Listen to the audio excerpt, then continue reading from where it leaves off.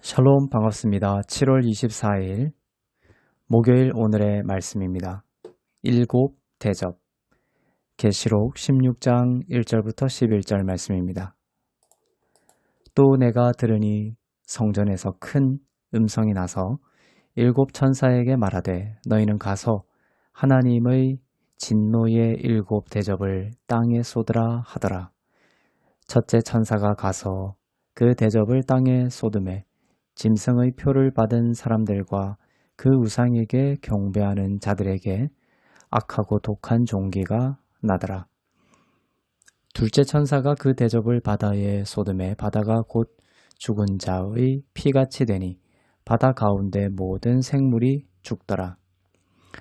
셋째 천사가 그 대접을 강과 물 근원에 쏟음에 피가 되더라. 내가 들으니 물을 차지한 천사가 이르되 전에도 계셨고 지금도 계신 거룩하신 이여 이렇게 심판하시니 의로우시도다. 그들이 성도들과 선지자들의 피를 흘렸으므로 그들에게 피를 마시게 하신 것이 합당하니이다 하더라. 또 내가 들으니 제단이 말하기를 그러하다 주 하나님 곧 전능하신 이시여 심판하시는 것이 참되시고 의로우시도다 하더라. 넷째 천사가 그 대접을 해에 쏟음에 해가 권세를 받아 불로 사람들을 태우니 사람들이 크게 태움에 태워진지라. 이 재앙들을 행하는 권세를 가지신 하나님의 이름을 비방하며 또 회개하지 아니하고 주께 영광을 돌리지 아니하더라. 또 다섯째 천사가 그 대접을 짐승의 왕좌에 쏟으니 그 나라가 곧 어두워지며 사람들이 아파서 자기 혀를 깨물고 아픈 것과 종기로 말미암아 하늘의 하나님을 비방하고 그들의 행위를 회개하지 아니하더라. 아멘. 계시록 15장이 무대 설정이라면 오늘 16장은 공연이라고 말할 수 있습니다. 감격과 감동의 노래와 예배가 끝나고 16장으로 넘어오면 일곱 대접의 재앙이 쏟아집니다. 16장의 처음 네 재앙은 자연계에 대한 재앙이라고 한다면 나머지 세 가지는 사탄의 보좌에 대한 직접적인 재앙입니다. 목적은 죄를 없애고 피조 세계를 구속하시기 위해서입니다. 사탄과 악의 지배 아래 있는 모든 피조물들을 해방시키기 위해서 진노의 심판을 집행하십니다. 이 재앙은 출애굽 당시 애굽에 대한 진노와 평행을 이룹니다. 첫 번째 대접은 땅 위에 임합니다. 이것은 하나님이 애굽에 내린 독종 재앙과 관련이 있습니다. 재앙의 대상자는 짐승과 우상을 경배한 자들입니다. 이것은 반대로 예수 그리스도를 믿어 하나님의 인치심을 받은 자들은 이 재앙에서 벗어난 존재라는 것을 알려줍니다. 예수 그리스도를 믿는 자들은 앞서 15장에 나오는 노래와 예배의 자리에 있는 것입니다. 두 번째와 세 번째 대접에서는 바다와 강 그리고 물 근원이 피로 변합니다. 이유가 나옵니다. 저들이 성도들과 선지자들의 피를 많이 흘렸기에 피를 마시게 하는 것이 합당하다 이렇게 기록되어 있습니다. 예수를 믿지 않음으로 인해 하나님의 공의의 심판을 그대로 받는 것입니다. 이것을 두고 하나님은 합당하시고 의로우시다 이렇게 노래하고 있습니다. 우리들은 어떻습니까? 예수 믿는 우리의 경우에는 무엇이 합당합니까? 우리의 경우 무엇이 하나님의 의로우심을 나타냅니까? 예수를 믿는데도 하나님이 짐승을 따르는 자들과 동일하게 대접재앙의 대상이 되게 하는 것이 하나님께 합당하고 하나님의 의로움을 나타내는 것일까요? 그렇지 않습니다. 믿지 않는 자들이 대접재앙의 심판을 받는 것은 그들의 불의 때문이고 믿는 자들이 대접재앙에서 해방되는 것은 우리가 아닌 그리스도의 의로우심 때문입니다.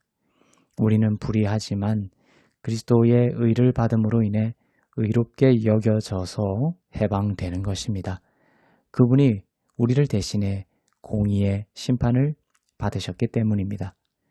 그래서 성도들의 경우 대접재앙에서 해방되는 것이 하나님께 합당하며 하나님의 의로우심을 높이고 드러내는 것이 되는 것이죠. 네 번째 대접은 해에게 쏟아 부어집니다. 하나님의 주권이 해에게 임하는 것입니다. 해는 사람들을 크게 태웁니다. 다섯 번째 대접은 애굽의 흑암 재앙과 유사합니다. 주목할 것은 이 재앙이 적 그리스도의 보좌에 직접적으로 쏟아지는 대목입니다. 짐승의 나라, 사탄의 나라가 어두워집니다. 세상이 온통 혼돈과 흑암에 지배당하는 것을 의미합니다. 이 순간의 성도는 또 어디에 있습니까? 역시 15장에서처럼 노래와 예배와 밝음의 자리에 있습니다.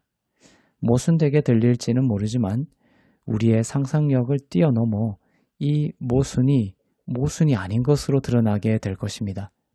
이 모순적 진리는 애굽의 재앙에서도 이미 일어났고 우리가 확인할 수 있어요. 애굽에 흑암 재앙이 임했는데 성경은 기록하기를 이스라엘 진영에는 빛이 있었다 이렇게 기록하고 있습니다. 그들은 어둠을 겪지 않았던 것이죠. 마찬가지입니다. 그래서 성경을 인용하여 제가 세상과 세상에 속한 자들은 말세에 흑암의 재앙에 파괴되겠지만 믿는 자들은 빛 가운데 있고 회복과 영광을 경험하게 될 것이라는 이 말이 결코 신적인 문법에서 모순되지 않는다는 것입니다. 믿는 자들에게는 초자연적인 하나님의 역사가 임합니다. 물이 포도주가 되는 초자연적인 일처럼 말이죠. 흑암과 같은 상황이 여러분에게 있을지라도 이것을 반드시 믿어야 합니다. 여섯 번째와 일곱 번째 최종적 재앙이 오기 전에 네 번째, 다섯 번째 재앙에서 이런 표현이 나옵니다. 그들이 이 재앙을 당하면서도 회개하지 않고 주께 영광을 돌리지 아니하더라 나옵니다.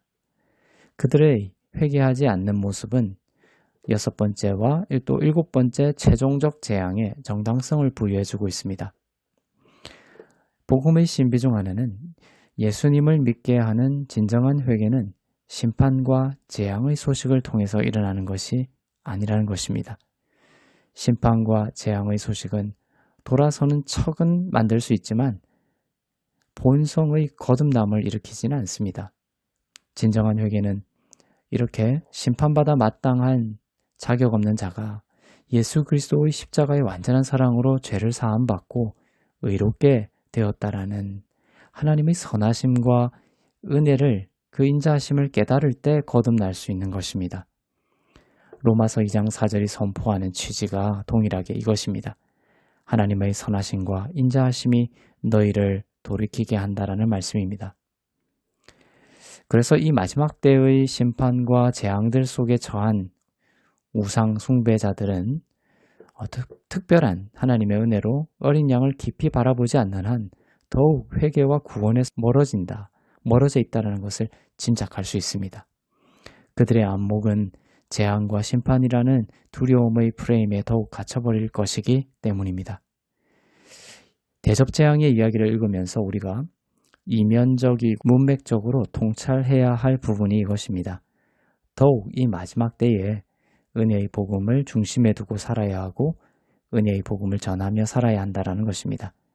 예수님이 우리를 대신하여 심판을 받으심으로 우리의 죄와 의의 문제가 해결되었다라는 그 다 이루심의 복음이 대접재앙이 쏟아지는 상황에서도 한 줄기 세상에 빛이 되어야 하는 것입니다. 더욱 복음의 새 노래 가운데 사시길 바랍니다. 예수 그리스도의 은혜로 인해 재앙과 심판에서 해방되었다라는 영원한 복음의 노래를 부르고 그 믿음으로 사시길 바랍니다. 예수님을 중심에 두고 그 누구보다 행복한 오늘을 사시길 바랍니다. 그리스도 안에서 이미 그렇게 부르셨습니다. 여러분의 영혼과 마음에 천국이 있습니다. 기도하겠습니다. 사랑의 하나님 아버지, 오늘도 주를 향한 노래가 이어지기를 원합니다.